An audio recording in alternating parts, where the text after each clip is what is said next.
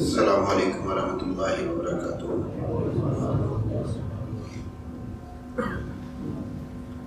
ان الحمد للہ نحمده ونستعینه ونستغفره ونعوذ باللہ من شرور انفسنا ومن سیئات اعمالنا، من يهده الله فلا مضل له ومن يضلله فلا هادي له، أشهد أن لا إله إلا الله وحده لا شريك له، وأشهد أن محمدا عبده ورسوله، فإن خير الحديث كتاب الله، وخير الهدي هدي محمد صلى الله عليه وسلم، وشر الأمور محدثاتها وكل محدثة بدعة وكل بدعة ضلالة وكل ضلالة في النار. أما بعد فأعوذ بالله من الشيطان الرجيم. بسم الله الرحمن الرحيم.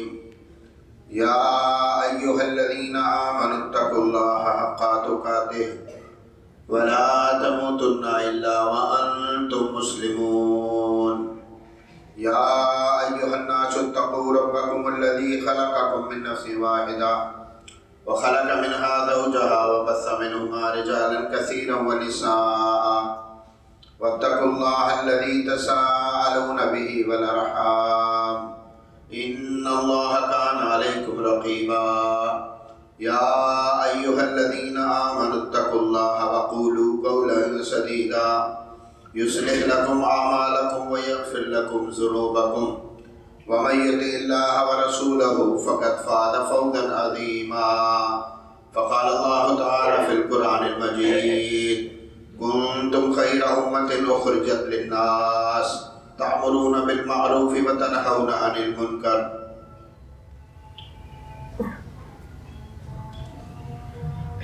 میں نے آپ کی خدمت میں اللہ رب العزت کی مقدس کتاب سے ایک آیت مبارکہ تلاوت کی ہے. اس آیت مبارکہ میں اللہ رب العزت نے امت محمد صلی اللہ علیہ وسلم کو ایک بہت بڑا اعزاز سونپا ہے، اور وہ اعزاز کیا ہے؟ اللہ نے فرمایا ہے کہ کنتم خیر امت، کہ دنیا میں امتیں بہت ساری آئیں، ملتیں بہت ساری آئیں، اقوام بہت ساری آئیں، تم ان میں سب سے زیادہ بہترین ہو. اب آپ کالے سے، گورے سے، سیاہ سے، سفید سے، کسی بھی علاقے سے، کسی بھی خطے سے رہنے والے مسلمان سے اگر یہ سوال کریں گے کہ یہ جو اعزاز اللہ رب العزت نے آپ کو بخشا ہے اس پر آپ کیا کہتے ہیں، تو وہ انتہائی مسرت اور خوشی کا اظہار کرتا ہے. اور یقینی طور پر اس سے زیادہ بہتر بات اور کوئی نہیں ہے، اس سے زیادہ عالیشان بات کوئی اور نہیں ہے، اور اس سے بڑا اعزاز دوسرا نہیں ہے کہ اللہ رب العزت محمد علیہ السلام کی بہترین امت میں سے کسی کو کر دے. لیکن ایک بات بہت زیادہ سمجھنے والی ہے، اور وہ بات کیا ہے کہ بطور انسان میں اپنا ایک معیار قائم کرتا ہوں. میرا اپنا ایک معیار ہے، اور وہ معیار کیا ہے کہ میری چھوٹی سی دکان، میری چھوٹی سی فیکٹری، میرا چھوٹا سا کوئی کاروبار، اگر میں نے اسے سجایا ہو، اسے چلا رہا ہوں، تو میں اس کے لیے کچھ اصول و ضوابط مقرر کرتا ہوں. میں نے اگر کسی کو ملازم رکھنا ہو تو اس کی ملازمت کے حوالے سے ایک معیار مقرر کرتا ہوں. ایسا نہیں ہوتا کہ کوئی بندہ چلتا ہوا آ گیا، میرے سامنے سے گزر رہا ہے، اور میں اسے کہتا ہوں کہ آؤ بھائی میرے پاس ملازمت موجود ہے اور تم میرے پاس ملازم ہو جاؤ. میں ایسا کام نہیں کرتا. حالانکہ اس نے آ کر چھوٹا موٹا کام میرے پاس کرنا ہوتا ہے، اور یہ کام میری ذات سے منسلک ہے. آگے بڑھائیں گے تو زیادہ سے زیادہ میرے خاندان سے منسلک ہے، اس سے زیادہ کچھ بھی نہیں. لیکن آپ دیکھتے ہوں گے کہ میں اس کی ڈگریاں چیک کرتا ہوں، اس کے سرٹیفکیٹ چیک کرتا ہوں، اس کا ایکسپیرینس معلوم کرتا ہوں کہ کام تمہیں آتا ہے یا نہیں آتا، کتنا عرصہ تم نے یہ کام کیا ہے. اور اگر یہ سارے جوابات اس کے ٹھیک ہوں تب بھی مجھے اس کی گارنٹی چاہیے ہوتی ہے. کوئی ایسا فرد چاہیے ہوتا ہے کہ جو بتا سکے کہ اس کا کام، اس کا تو وہ تو ٹھیک لیکن یہ خود بندہ کس طرح کا ہے، اچھا ہے برا ہے، سچا ہے جھوٹا ہے، ایماندار ہے یا بددیانت ہے، یہ گارنٹی بھی مجھے اگر مل جائے تو اس کے باوجود میں یہ چاہتا ہوں کہ میں اس کو عارضی طور پر اپنے پاس رکھوں۔ میرے ذہن میں ایک بات موجود ہوتی ہے کہ میں نے ایک آزمائشی مدت مقرر کی ہے، اور اس آزمائشی مدت میں اس کو دیکھوں گا، جانچوں گا، اور اگر یہ اس آزمائش پر پورا اتر گیا تو پھر میں اس کی ملازمت کو پکا کر دوں گا۔ یہ ایک انسان کا معیار ہے میرے محترم بھائیوں۔ یہ بات یقینی ہے کہ رب عالی شان کا معیار انسان کے مقابلے میں یقیناً بہت زیادہ ہے۔ رب عالی شان کا معیار انسان کے مقابلے میں بہت زیادہ ہے، بہت ہی مضبوط ہے، بہت ہی اعلیٰ معیار ہے میرے رب کا۔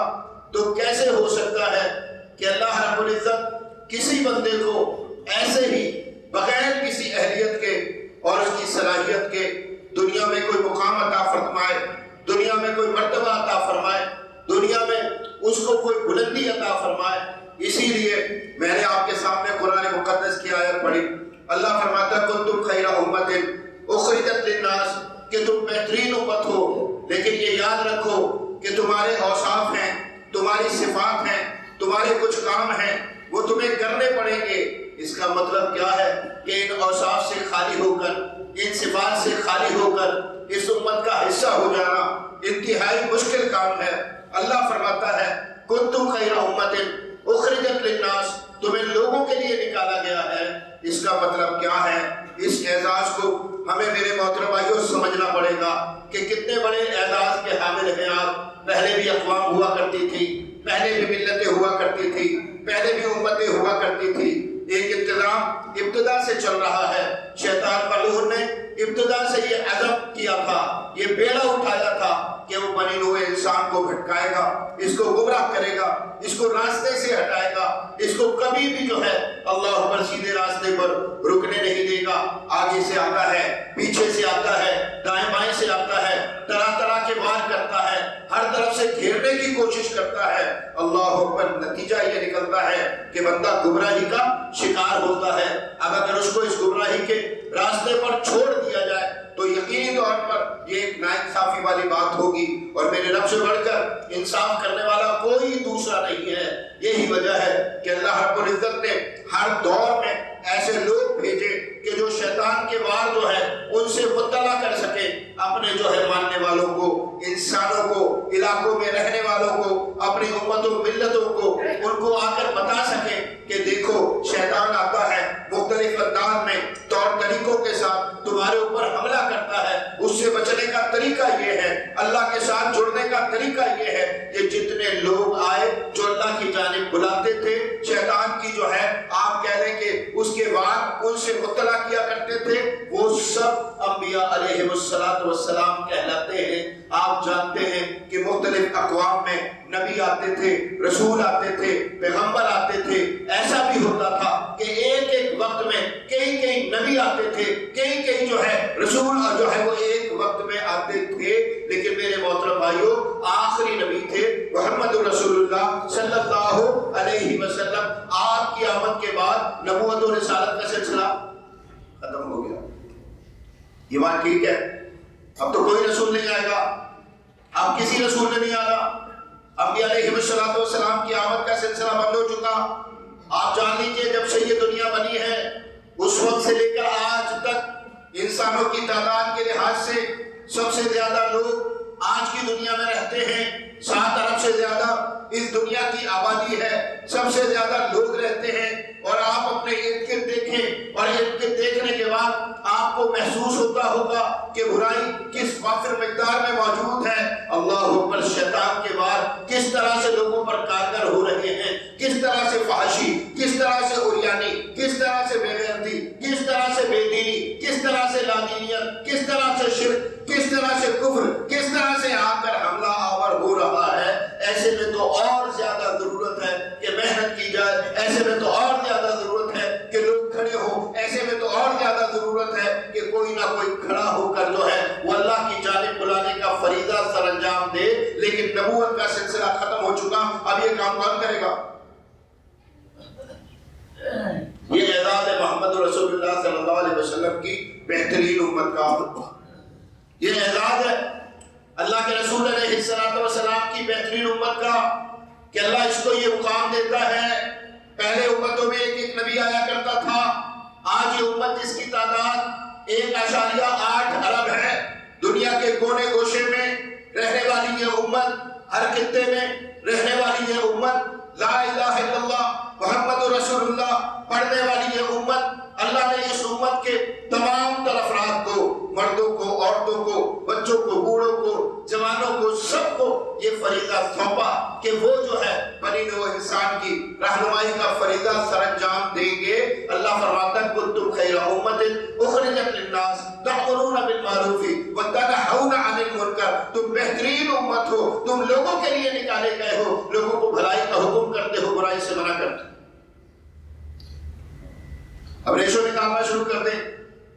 ڈاکٹر کتنے معاشرے میں، انجینئر کتنے معاشرے میں، دکاندار کتنے معاشرے میں، فیکٹری آنر کتنے معاشرے میں، دیگر جتنے بھی شعبہ جات پائے جاتے ہیں ان سے منسلک لوگ کتنے معاشرے میں.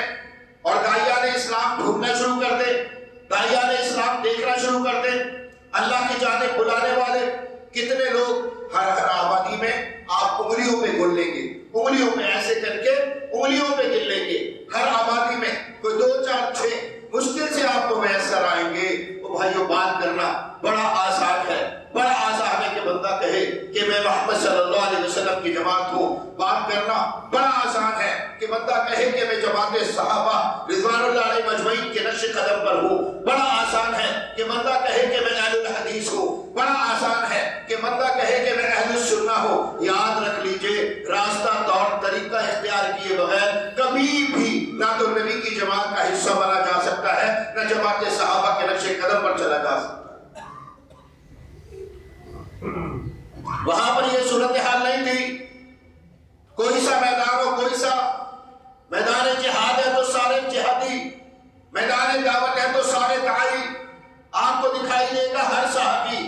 آج تو ہم پڑھے لکھے ہیں، آج ہمارے پاس ڈگریاں ہیں، آج ہمارے پاس سرٹیفکیٹس ہیں، آج ہم بڑے تعلیم یافتہ ہیں، لیکن وہ کون لوگ تھے؟ اللہ کہتا ہے الذی بعث فی الامیین کہ ہم نے بھیجا محمد رسول اللہ کو صلی اللہ علیہ وسلم ان پڑھوں میں. یعنی ان پڑھ ساری کی ساری کی جو جماعت تھی، اکثریت اکا دکا لوگوں کے علاوہ سب کے سب ان پڑھ. لیکن آپ دعوت کے فریضے میں ان کی کارکردگی دیکھیں گے تو صورتحال آپ کو کیا دکھائی دے گی کہ لوگ ان کو دیکھتے ہیں، لوگ ان کو جو ہے وہ سنتے ہیں، لوگ ان کو دیکھ دیکھ کر اسلام قبول کرتے ہیں. معذرت کے ساتھ آج میں آپ سے سوال کرنا چاہتا ہوں، آج کا مسلمان اس قابل ہے کہ اپنے آپ کو پیش کرے اور لوگوں کو یہ کہے کہ مجھے دیکھو اور اسلام قبول کرو؟ یاد رکھ لیجئے میرے محترم بھائیوں، یاد رکھ لیجئے بندہ اگر اہل نہیں ہے، بندے کے اندر اگر صلاحیت نہیں ہے تو کوئی بھی شناخت کام نہیں کرتی، کوئی بھی شناخت کام نہیں کرتی. اگر آپ وہ صفات جو اللہ رب العزت نے آپ کو حکم دیا کہ آپ اپنے ساتھ منسلک کر کے رکھیں، وہ اوصاف کے جن کے ساتھ بندہ بہترین امت کا حصہ بنتا ہے، ان کو اپنی ذات کا حصہ بنا کے رکھیں. اگر وہ چیز موجود نہیں ہے تو یہ بات سمجھ لیجئے، یہ بات اچھی طرح سے جان لیجئے کہ چھٹکارا بڑا مشکل ہے. میں ایک شخصیت کی مثال آپ کے سامنے دینا چاہتا ہوں. وہ شخصیت کون ہے؟ سیدنا ابراہیم علیہ السلام. چھوٹی شخصیت ہے، کیا خیال ہے؟ چھوٹی شخصیت ہے. اللہ فرماتا ہے وَمَن يَرْغَبُ عَن مِّلَّةِ إِبْرَاهِيمَ إِلَّا مَن سَفِيَ نَفْسَهُ وَلَقَدِ اصْطَفَيْنَاهُ فِي الدُّنْيَا وَإِنَّهُ فِي الْآخِرَةِ لَمِنَ الصَّالِحِينَ. ابراہیم کے متعلق فرمایا کہ ابراہیم کی ملت میں شامل ہونے سے وہ شخص انکار کرے گا کہ جو پرلے درجے کا احمق ہے، پرلے درجے کا. اس کا مقصد کیا ہے؟ عقل و شعور رکھنے والا ہر شخص ابراہیم کی جانب ہوگا، ابراہیم کی جانب ہوگا. اللہ فرماتا ہے وَلَقَدِ اصْطَفَيْنَاهُ فِي الدُّنْيَا کہ ہم نے ابراہیم کو دنیا میں منتخب کیا. وَإِنَّهُ فِي الْآخِرَةِ لَمِنَ الصَّالِحِينَ اور آخرت میں بھی صالح لوگوں میں سے ہوگا. نبی کو حکم دیا، محمد علیہ السلام کو حکم دیا قالوا كونوا هودا أو نصارى تهتدوا قل بل ملة إبراهيم حنيفا وما كان من المشركين. کہ یہ تمہیں کہتے ہیں کہ تم یہودی ہو جاؤ، یہ تمہیں کہتے ہیں کہ تم عیسائی ہو جاؤ، لیکن تم اعلان کرو ہم ابراہیم کی ملت میں سے ہیں جو حنیف تھے اور مشرکین میں سے نہیں تھے. یہ ابراہیم ہے. ابراہیم کو یہ مقام و مرتبہ کیوں مل رہا ہے بھلا؟ میری تو کی زندگی گزر رہی ہوتی ہے. اللہ کا دین، اس کا مقام کیا ہے، اس کا مرتبہ کیا ہے، دنیا میں اس کی حالت کیا ہے، میرے علاقے میں، میرے محلے میں، میری گلی کوچے میں، میرے شہر میں، باقی ساری دنیا میں اللہ کا دین کن حالات سے گزر رہا ہے. مسلمان میرے بھائی، میری بہنیں، ان کی کیفیت پوری دنیا میں کیا ہے، مجھے اس کی پرواہ نہیں ہوتی. میں مسجد میں آتا ہوں، میں نمازیں پڑھتا ہوں، میں روزے رکھتا ہوں، میں الحاج ہوں، میں نے کئی حج کیے ہوئے ہیں، میں زکاتوں پر زکاتیں دیتا ہوں، یہ سارے کام کرتا ہوں. ایک محدود میری زندگی ہے اور اسی کو میں اسلام سمجھ رہا ہوتا ہوں، اسی کو میں دین سمجھ رہا ہوتا ہوں. میں آپ سے سوال کرنا چاہتا ہوں کہ میں نماز پڑھتا ہوں، کیا میری نماز محمد علیہ السلام کی نماز جیسی ہو سکتی ہے؟ عبداللہ بن مسعود کہتے رضی اللہ تعالیٰ کہ اللہ کے نبی قیام اللیل کر رہے تھے. رات کو میرا دل چاہا کہ میں اللہ کے نبی کے ساتھ شامل ہو جاؤں. کہتے میں آ کر شامل ہو گیا، میں جماعت میں اللہ کے نبی کے ساتھ جماعت میں شامل ہو گیا. میں نے بھی نیت باندھ لی اللہ کے نبی کے ساتھ. میں نے دیکھا اللہ کے نبی علیہ السلام اللہ کی کتاب پڑھ رہے ہیں، قرآن پڑھ رہے ہیں. کہاں سے شروع کرتے ہیں؟ سورۃ البقرہ. کہتے سورۃ البقرہ پڑھنا شروع کی، پڑھتے چلے گئے، اختتام ہونے لگا تو میں نے سمجھا کہ بقرہ ختم ہوگی تو اللہ کے نبی رکوع کریں گے، لیکن اللہ کے نبی رکوع نہیں کرتے بلکہ سورۃ النساء شروع کرتے ہیں. کہتے اللہ کے نبی پڑھتے چلے گئے، اللہ اکبر. جب یہ سورۃ النساء ختم ہو رہی تھی تو میں نے سمجھا کہ اللہ کے نبی علیہ السلام رکوع کریں گے، لیکن اللہ کے نبی نے سورہ آل عمران شروع کی.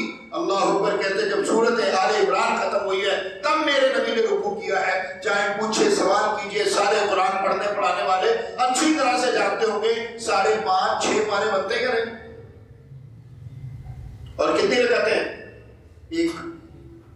ہاں جی، ہماری اماں جان کہتی تھی محمد علیہ السلام کو کہ آپ اتنی عبادت کیوں کرتے ہیں کہ آپ کے پیروں پر سوزش آ جاتی ہے، آپ کے پاؤں سوکھ جاتے ہیں، آپ اپنے آپ کو تھکاتے ہیں. اور میرے نبی کیا کہہ رہے تھے؟ عائشہ، اللہ رب العزت نے اتنے سارے انعامات میرے اوپر کیے، کیا انعام ہے بھلا؟ گھر میں تو بھوک ہے، گھر میں تو کھانے کو نہیں ہے، گھر میں تو چولہے میں آگ نہیں جلتی، ایک ایک کھجور پر گزارا کیا جاتا ہے. اللہ اوپر مہمان آ گیا محمد صلی اللہ علیہ وسلم کے گھر میں اور آ کر کہتا ہے اللہ کی قسم میں کہتا ہوں سارے کے سارے لوگ آج ہمیں اللہ کے دین کو کسی اور نظر سے دیکھنے کی ضرورت ہے. ہم ایک جو ہے دائرہ اپنے گرد بنا کر بیٹھے ہیں، اسی میں خوش ہیں، اسی میں مطمئن ہیں. وہی سب کچھ اللہ اکبر جو مجھے سمجھ میں آتا ہے، جو مجھے پسند آتا ہے، جو مجھے اچھا لگ رہا ہوتا ہے، وہی میرے لیے دین ہوتا ہے. اور یاد رکھ لیجئے اللہ کی قسم دین وہ ہے جو محمد نے سکھایا صلی اللہ علیہ وسلم. اور اللہ کے نبی نے صرف ایک کام نہیں سکھایا کہ آپ مسجد میں آئیں گے تو دین ساتھ لے کر آئیں گے، مسجد سے نکلیں گے تو دین چھوڑ کر چلے جائیں گے.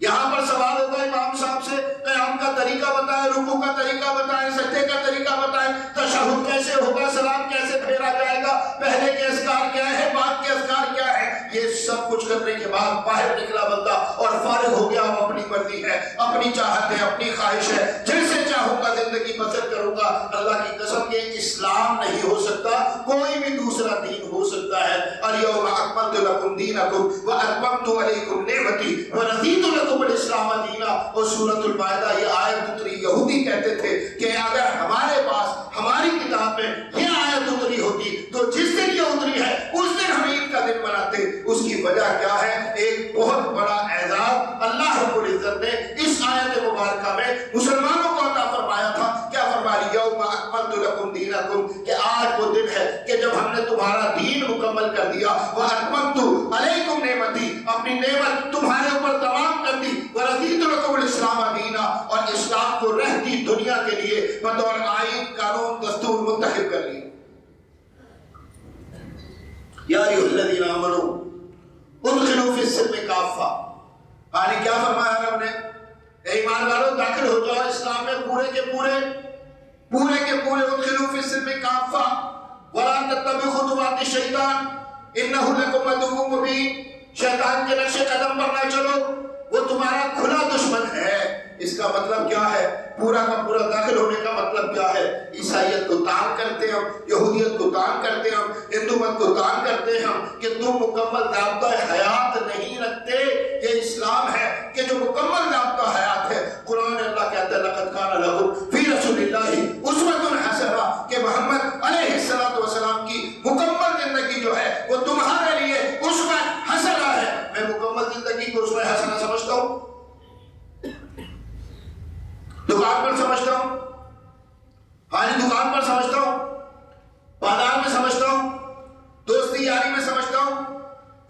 دکانداری میں سمجھتا ہوں، برادری میں سمجھتا ہوں، اٹھنے بیٹھنے میں، لین دین میں، معیشت معاشرت میں، تعلقات معاملات میں سمجھتا ہوں کہ محمد علیہ السلام کی اتباع ضروری ہے۔ یہی تو فرق ہے، یہی تو فرق ہے دیگر ادیان میں۔ یہ آخری دین ہے، آخری کتاب ہے، آخری رسول ہے، اس کے بعد کچھ نہیں اترے گا۔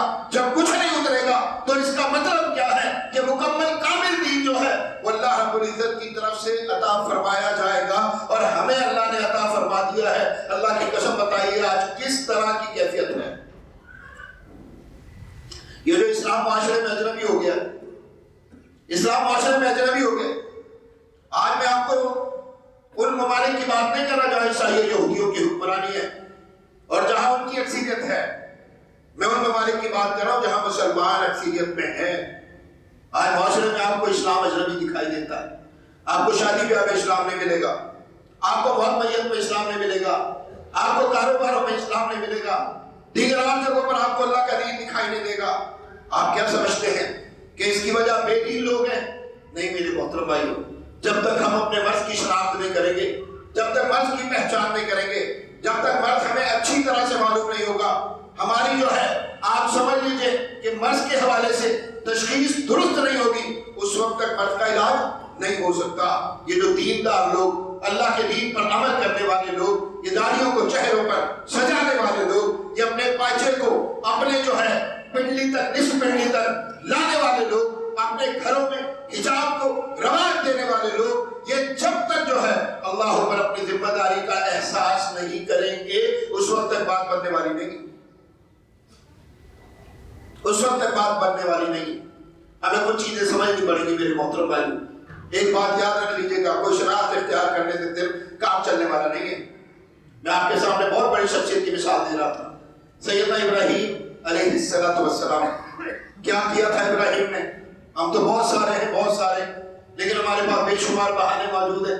کسی گلی میں، کسی محلے میں، کسی کوچے میں، کسی چوک چوراہے پر کھڑے ہو کر اگر کہا جائے اور اللہ کا دین سنایا جائے، اللہ کا دین بیان کیا جائے، آؤ اچھے برے کے پاس چلے، آؤ کالے گورے کے پاس چلے، آؤ ایسی جگہ چلے جہاں اللہ کی بغاوت برپا ہوتی ہے، اللہ پر لوگوں کو جا کر اللہ کا دین سکھایا سمجھایا جائے، ان کو پڑھایا جائے، ان کو اللہ کی جانب لایا جائے، اور اگر کچھ بھی نہ ہو، کوئی بھی نہ آئے، تو کم از کم اپنی ذمہ داری ادا کی جائے۔ میرے محترم بھائیو، یہ کام کرنے کے لیے ہم تیار ہیں۔ بہت معذرت کے ساتھ ایک بات کر رہا ہوں، معافی مانگ کے ایک بات کر رہا ہوں کہ آج ہم نے دین کو مسجدوں میں قید کر دیا ہے۔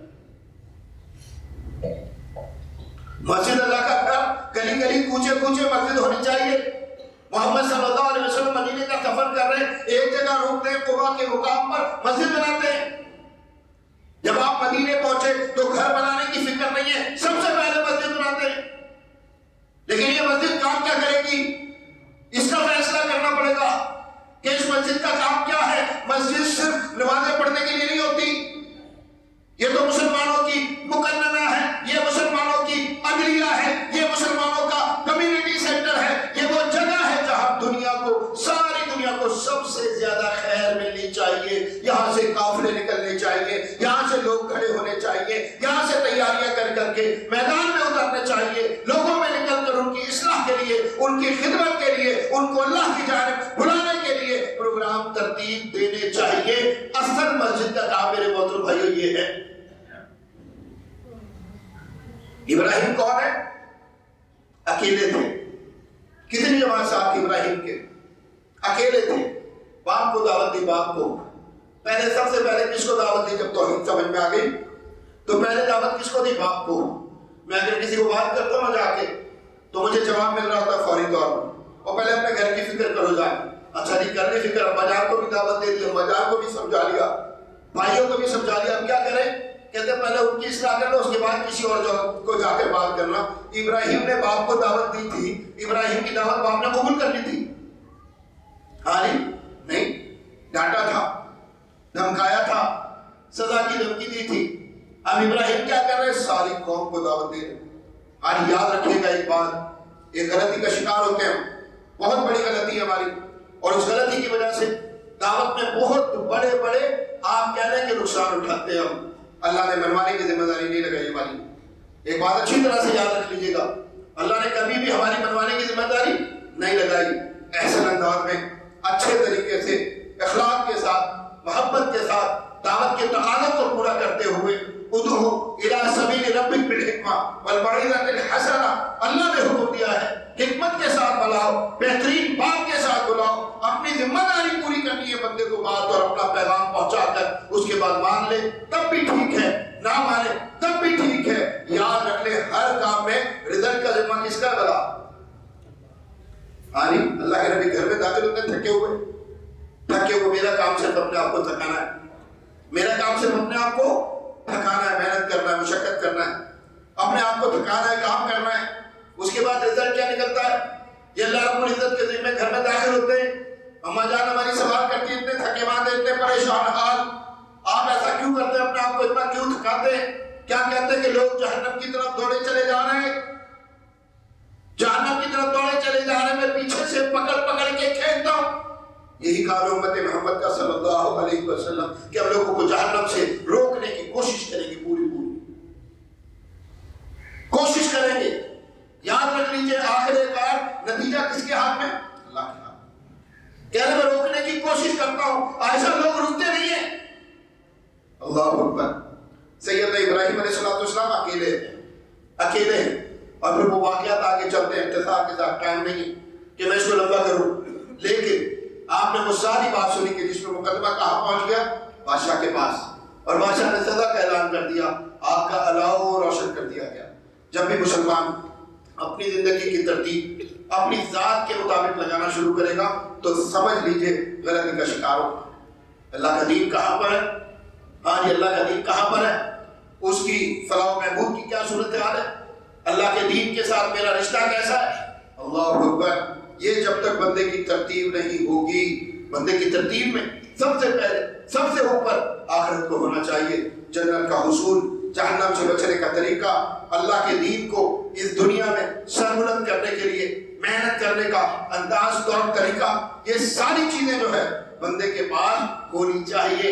وہ ساری زندگی اسی بات کی فکر کرے گا۔ یہ نہیں ہے کہ صحابہ رضوان اللہ علیہ مجمعین کو بھوک نہیں لگتی تھی، پیاس نہیں لگتی تھی، شادیاں نہیں کرتے تھے، بچے نہیں ہوتے تھے، کاروبار نہیں کرتے تھے، یا دیگر کوئی اور ایسی چیز نہیں ہوتی تھی۔ یہ ساری چیزیں ان کے پاس موجود تھی، لیکن اس کے باوجود دن رات کس فکر میں جو ہے وہ آپ کہہ لیں کہ وہ جو ہے مبتلا ہوتے تھے، کہاں کس جگہ کیسے اپنی آخرت عاقبت بنانے کے لیے اللہ کے دین کی خدمت کی جا سکتی۔ اکیلے کھڑے آگ کے دہانے پر، اکیلے کھڑے تھے نا، کون ساتھ تھا؟ کون ساتھ تھا بتائیے؟ کوئی بھی نہیں۔ ہاں، ایک جملہ زبان پر تھا، اور وہ کہا تھا حسبی اللہ و نعم الوکیل۔ توحید سمجھنی پڑے گی مجھے، توحید سمجھنی پڑے گی، یہ بات یاد رکھ لیجئے۔ توحید مجھے سمجھاتی ہے، توحید مجھے بتلاتی ہے، توحید مجھے کھڑا کرتی ہے، توحید مجھے حوصلہ دیتی ہے، توحید میرے عزم میں اضافے کا باعث بنتی ہے۔ مجھے سمجھ میں آتا ہے کہ میں کبھی بھی اکیلا نہیں ہوتا، کسی مشکل میں، کسی پریشانی میں، کسی تکلیف میں جب بھی مجھے ضرورت ہوگی تو میرا رب میرے ساتھ کھڑا ہوگا۔ اور رب جب ساتھ کھڑا ہو تو کیا مناظر بنا کرتے؟ آگ میں پھینک دیا گیا، آگ میں پھینک دیا گیا۔ حکم آ رہا ہے، یاد رکھ لیجیے یہ اسباب ہے دنیا میں۔ آگ کا کام چلانا ہے، آگ کا کام چلانا ہے۔ یہ جو پانی ہے اس کا کام ڈبو دینا ہے۔ کیا خیال ہے؟ تو آگ نے چلایا تھا ابراہیم کو، یا پانی نے ڈبو دیا تھا موسیٰ کو؟ کیا خیال ہے آپ کا؟ حکم جاری ہو رہا ہے آسمانوں سے، یا نار کونی بردم و سلامہ، کہ آگ ٹھنڈی ہو جا، اور ٹھنڈی بھی سلامتی والی، کھڑے رہے۔ اللہ پر اللہ تعالیٰ نے تحفظ دیا۔ یہ تو اپنی ذات پر آزمائش تھی میرے محترم بھائیوں۔ اس سے آگے بڑھتے ہیں، حکم آتا ہے بیوی اور بچے کے متعلق۔ میری زندگی کس دائرے میں پھر رہی ہے؟ کس دائرے میں پھر رہی ہے؟ کہاں غلطی کا شکار ہوتا ہوں، کہاں پھسل جاتا ہوں، کہاں گر جاتا ہوں؟ حالی کون سی چیز ہوتی ہے کہ جو مجھے غلطی کرنے پر مجبور کر رہی ہوتی ہے؟ بیوی، بچے، دوست، عزیز و قارب، احباب، برادری کہ بات تو ٹھیک ہے، اللہ کی کتاب یہ کہتی ہے، محمد صلی اللہ علیہ وسلم کا فرمان یوں ہے، لیکن اس کے باوجود یہ ساری چیزیں، وہ آزمائش کس چیز کا نام ہے؟ ہمارے اوپر تو وہ آزمائش آتی نہیں ہے میرے محترم بھائیوں۔ اور اس کی بنیادی وجہ کیا ہے؟ جس لیول کا ایمان ہوتا ہے اس لیول کی آزمائش آتی ہے۔ اعلیٰ ترین ایمان کے حامل ہے سیدنا ابراہیم علیہ السلام، حکم دیا جا رہا بیوی اور بچے کو کہاں چھوڑا؟ بیابان میں۔ بیابان میں تو گھنٹہ 2 گھنٹے بھی چھوڑنے کے لیے تیار نہیں ہوتا نا، گھنٹہ 2 گھنٹے بھی چھوڑنے کے لیے تیار نہیں ہوتا، 10 منٹ 20 منٹ اضافی کہیں لگانے کے لیے تیار نہیں ہوتا۔ اللہ اکبر، ایک مسجد میں نے لکھا ہوا کہ یہاں پر اتنے منٹ کی نماز ہوگی، اتنے منٹ کی ظہر ہوگی، اتنے منٹ کی عصر ہوگی، اتنے منٹ کی مغرب ہوگی، اور میں نے ایک سوشل میڈیا پر ایک اور چیز دیکھی جس میں ایک اعلان لکھ کر مسجد کے نوٹس بورڈ پر لگایا گیا تھا کہ امام صاحب کو سمجھایا گیا تھا کہ 8 منٹ کی جو ہے وہ عشاء کی نماز ہونی چاہیے، وہ مسلسل وائلنس کرتے رہے، 2 منٹ 3 منٹ اضافہ کرتے رہے، اور اللہ پر منع کرنے کے باوجود مانے نہیں ہے۔ یہی وجہ ہے کہ مسجد کمیٹی نے یہ فیصلہ کیا ان کو فارغ کرو۔ کہاوت لگ رہا تھا آپ کا؟ ہاں جی، اللہ کے نبی علیہ الصلوۃ والسلام فرماتے کل قیامت کے دن جس دن کوئی سایہ نہیں ہوگا اللہ کے عرش کے علاوہ، تو جن لوگوں کو اللہ اپنے عرش کا سایہ عطا فرمائے گا ان میں سے ایک وہ ہوگا جس کا دل مسجد کے ساتھ اٹکا ہوتا ہے، جس کا دل مسجد کے ساتھ اٹکا ہوتا ہے۔ میرا اگر وقت مشکل سے مسجد میں گزرنا، مجھے پریشان ہونا چاہیے۔ اللہ اکبر، بیٹے کو اور بیوی کو کہا گیا بیابان میں چھوڑا تھے، یہ آزمائش ہو گئی، اس سے بڑی آزمائش ہے۔ اسماعیل مانگ کر لیا تھا اللہ رب العزت سے، دعا کر کے لیا تھا اللہ رب العزت سے، حکم دیا جا رہا ہے اس کی گردن پہ چھری چلا دو۔ بعد میں وقوف یہ سمجھتے ہوں گے کہ ابراہیم کو پتا تھا کہ اس کی جگہ پر دمبا آ جائے گا، یہ چھری جو ہے اس کی کاٹ جو ہے وہ ختم ہو جائے گی اور یہ گردن نہیں کاٹے گی۔ یاد رکھیں اگر یہ کیفیت تھی تو ابراہیم کا امتحان نہیں ہوا۔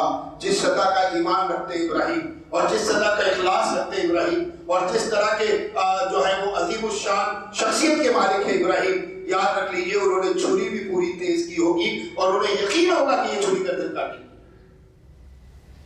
اللہ کی مرضی تھی نہیں کٹی۔ اتنے زبردست عالیشان شاندار قسم کے امتحانات ان سے گزرتے، اللہ کہتا ہے وَإِذِ ابْتَلَىٰ إِبْرَاهِيمَ رَبُّهُ بِكَلِمَاتٍ فَأَتَمَّهُنَّ۔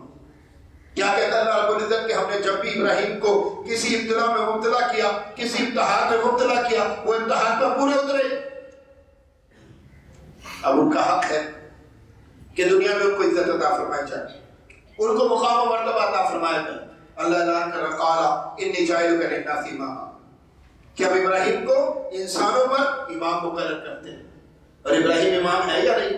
آج آپ پڑھتے اللہم صلی علی محمد وعلی آل محمد کما صلیت علی ابراہیم وعلی آل ابراہیم انک حمید مجید۔ محمد پر بھی درود ہے، محمد پر بھی سلام کیے صلی اللہ علیہ وسلم، اور ابراہیم پر بھی درود اور سلام۔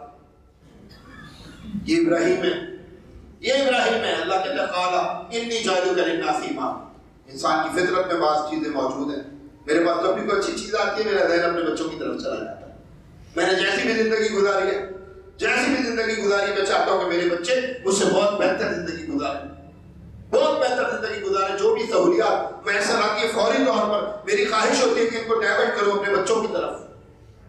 بچوں کو تو خود بھوکا رہو لیکن انہیں کھلاؤ۔ مشقت کر رہے ہوتے ہیں، مصیبت اٹھا رہے ہوتے ہیں، ایک کے بعد دوسری جاب کر رہے ہیں، بیماری کے باوجود گھر سے نکل رہے ہیں۔ اس کی وجہ کیا ہوتی ہے؟ بچوں کے لیے آسائش پیدا کی جا سکے۔ ہم نے تو گزار لی ہے لیکن بچوں کی زندگی ابھی باقی ہے، تو اسی لیے خیال کرنا ہے۔ یہ سب کچھ آپ کے ارد گرد ہوتا ہے، آپ جانتے ہیں، آپ دیکھتے ہیں ابراہیم بھی اسی صورتحال کا شکار تھا۔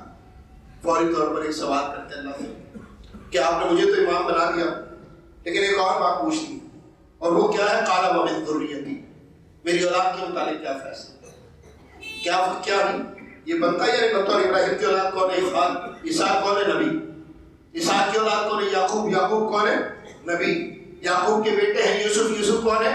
نبی۔ ابراہیم کی اولاد ہے اسماعیل کون ہے؟ نبی۔ اسماعیل کی اولاد ہے محمد صلی اللہ علیہ وسلم۔ یہ ہے ابراہیم کی اولاد، اور اللہ سے وعدہ لینا چاہ رہے ہیں قال ومن ذریتی، میری اولاد کے لیے اللہ کیا فیصلہ ہے؟ اللہ کہتا ہے قال لا ینال عہد الظالمین، کہ ہمارا ظالموں سے کوئی عہد نہیں ہے۔ کیا مطلب ہے؟ ان میں ظالم کون ہے؟ ابراہیم کی اولاد میں ظالم کون ہے؟ اللہ پر یاد رکھیں محمد صلی اللہ علیہ وسلم علی ابراہیم ہے یا نہیں؟ علی ابراہیم ہے۔ ابو لہب کون ہے؟ ہاں جی، ابو جہل کون ہے؟ یہ جتنے بھی مکے میں رہنے والے یہ لوگ تھے جن کو آپ اہل قریش کے نام سے جانتے ہیں، قریش، یہ کون تھے؟ یہ سارے ابراہیم کی اولاد۔ صفات کی بنیاد پر انتخاب ہوگا، اہلیت کی بنیاد پر انتخاب ہوگا، کوئی شناخت کوئی پہچان نہیں چلے گی، یہ ہاشمی ہے، یہ قریشی ہے، یہ ابراہیم کی اولاد ہے، یہ کہتے ہیں ہم دین حنیف پر ہیں۔ اللہ اکبر، بیت اللہ کی جو ہے وہ آپ کہہ لیں کہ جو ہے متولی یہ ہے، سب کچھ یہ ہے، لیکن کیا خیال ہے یہ سب کچھ اللہ کے بعد چھٹکارے کا باعث تھا؟ یہ چچا محمد صلی اللہ علیہ وسلم کا ابو لہب، عبد المطلب کا بیٹا ہے، اللہ کے رسول علیہ السلام کے والد عبداللہ کا بھائی ہے، نبی محمد صلی اللہ علیہ وسلم کا سگا چچا ہے، اور اللہ کہتا ہے تبت یدا ابی لہب وتب۔ یاد رکھیں میرے محترم بھائی، اپنی زندگی کا جائزہ لینے کی ضرورت ہے، اپنے آپ کو دیکھنے کی ضرورت ہے، اپنے روز و شب کا جائزہ لینے کی ضرورت ہے، اور پھر سیرت محمد پڑھیں صلی اللہ علیہ وسلم، اور اس کے بعد سیرت صحابہ پڑھیں، سیرت صحابہ پڑھیں رضی اللہ عنہم۔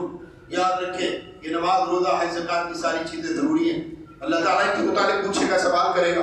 عبادات کو سنبھالنا اور سنبھال کر ان کو کرنا انتہائی ضروری ہے، لیکن اگر آپ دیکھیں گے اور جو ہے دین پڑھیں گے تو آپ کو پتہ چلے گا عبادات 20% ہیں، یہ بندے کا اور رب کا معاملہ ہے، اس کو سنبھالنا ضروری ہے۔ 80% معاملات ہیں جو آپ کو گلی محلوں میں، جو آپ کو بازاروں میں، جو آپ کو لوگوں کے درمیان، جو لوگوں سے ملتے ملاتے، لوگوں کے ساتھ اٹھتے بیٹھتے پیش آتے ہیں، یہ ساری چیزیں ان کو بھی اختیار کرنا پڑے گا، یہاں بھی بتانا پڑے گا کہ میں مسلمان ہوں، وہاں بھی آپ کو بتانا پڑے گا کہ آپ مسلمان ہیں، وہاں بھی دیکھنا پڑے گا آپ کو کہ جس طرح مسجد میں آ کر آپ نے پاؤں سے پاؤں ملانا ہے، کندھے سے کندھا ملانا ہے، آگے رکوع سجدہ پورا کرنا ہے، بالکل اسی طرح گلی میں نکل کے، محلے میں نکل کے، بازار میں نکل کے، کوچے میں نکل کے لوگوں میں اپنی ذمہ داری پوری کرنی ہے، دعوت کے لحاظ سے، خدمت کے لحاظ سے، جو کام اللہ کے نبی محمد صلی اللہ علیہ وسلم سکھلا گئے، پڑھا گئے، سمجھا گئے، وہ سارے کے سارے کرنے ہیں۔ اللہ ہم سب کو عمل کی توفیق عطا فرمائے۔ اللہ نے جتنی زندگی دی ہے وہ اسلام والی ہو، دین والی ہو، ایمان والی ہو، اور اللہ جب بھی موت عطا فرمائے تو موت شہادت کی ہو۔ وَأَقُولُ قَوْلِي هَذَا أَسْتَغْفِرُ اللَّهَ لِي وَلَكُمْ جَزَاكُمُ اللَّهُ خَيْرًا كَثِيرًا۔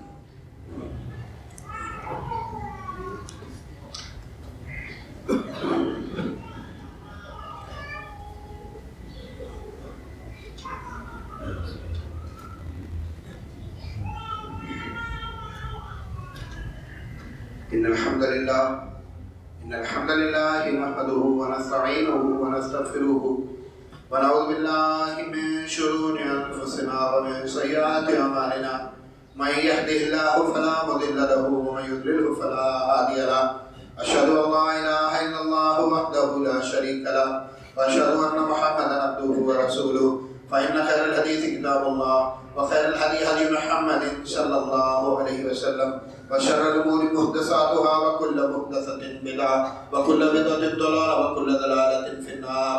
أما بعد فأعوذ بالله من الشيطان الرجيم. بسم الله الرحمن الرحيم. يا أيها الذين آمنوا اتقوا الله حق تقاته ولا تموتن إلا وأنتم مسلمون. يا أيها الناس اتقوا ربكم الذي خلقكم من نفس واحدة وخلق منها زوجها وبث منهما رجالا كثيرا ونساء، واتقوا الله الذي تساءلون به والأرحام إن الله كان عليكم رقيبا. يا أيها الذين آمنوا اتقوا الله وقولوا قولا سديدا يصلح لكم أعمالكم ويغفر لكم ذنوبكم، ومن يطع الله ورسوله فقد فاز فوزا عظيما. سبحان ربك رب العزة عما يصفون وسلام على المرسلين والحمد لله رب العالمين.